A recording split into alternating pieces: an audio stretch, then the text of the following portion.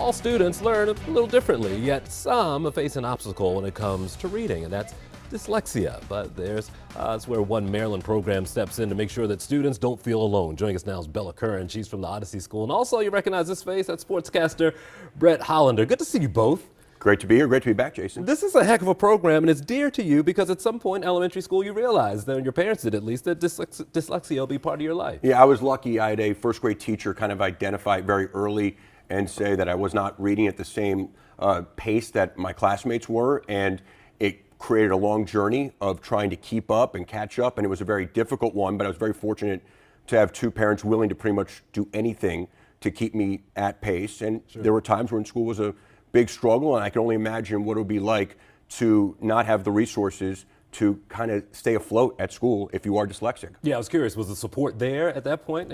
I think it's come a long way, okay. And it's come a long way in the community, but for me it was just a lot of extra hours of working and tutoring. I'd get very frustrated that I felt I was working as hard or harder than classmates, but was not getting the same results. But in the end, I feel it made me a better student and tougher once I had the tools to go to work and kind of achieve everything I wanted to achieve academically. Sure, students like yourself over at the Odyssey School, and you guys do a really great job, specialized towards them to make sure that, as you know, we said, the playing field's level and they're able to learn just like everyone else. Yes, absolutely. We, at Odyssey, we serve students who have been diagnosed with language-based learning differences. So primarily our students have dyslexia, but they may also have dysgraphia or other speech-language concerns. So because they are struggling with that reading and writing piece and they learn a little bit differently, we're going to teach them a little bit differently and use that specialized instruction and really individualize their time at Odyssey. And this is what, elementary, middle, or all the way up to high school? Yes, it's elementary and middle at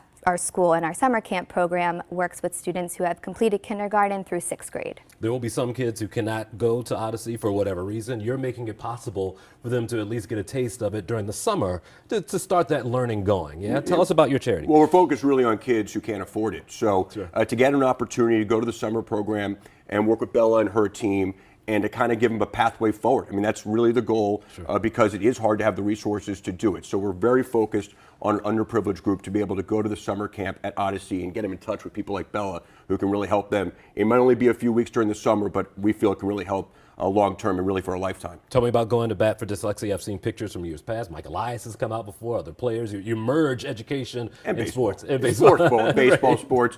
It's fun.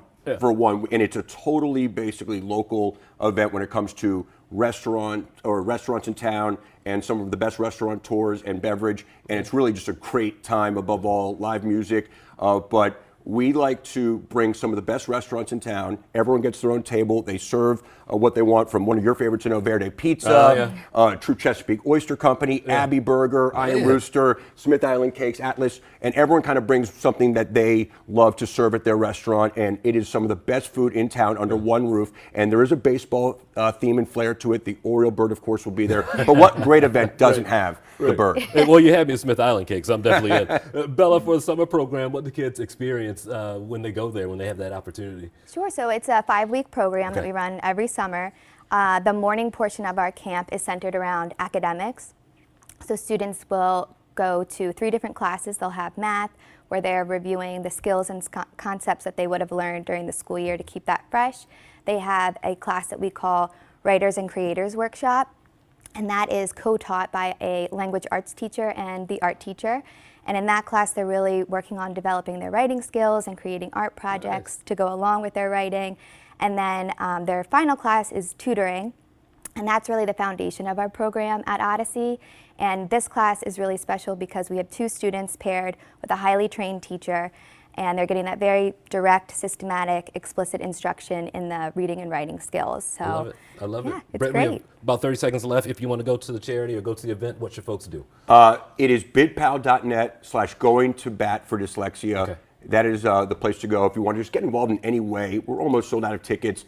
We're doing quite well on sponsorships and fundraising, but if you want to just be involved or curious, that's the place to go. All right. And I'll end with the Go-O's. Go-O's. We'll be back next year, folks. Thank you both. Good to see you. Thank you. That's it for this edition of 11 TV Hill. Thanks for joining us. We'll see you next time.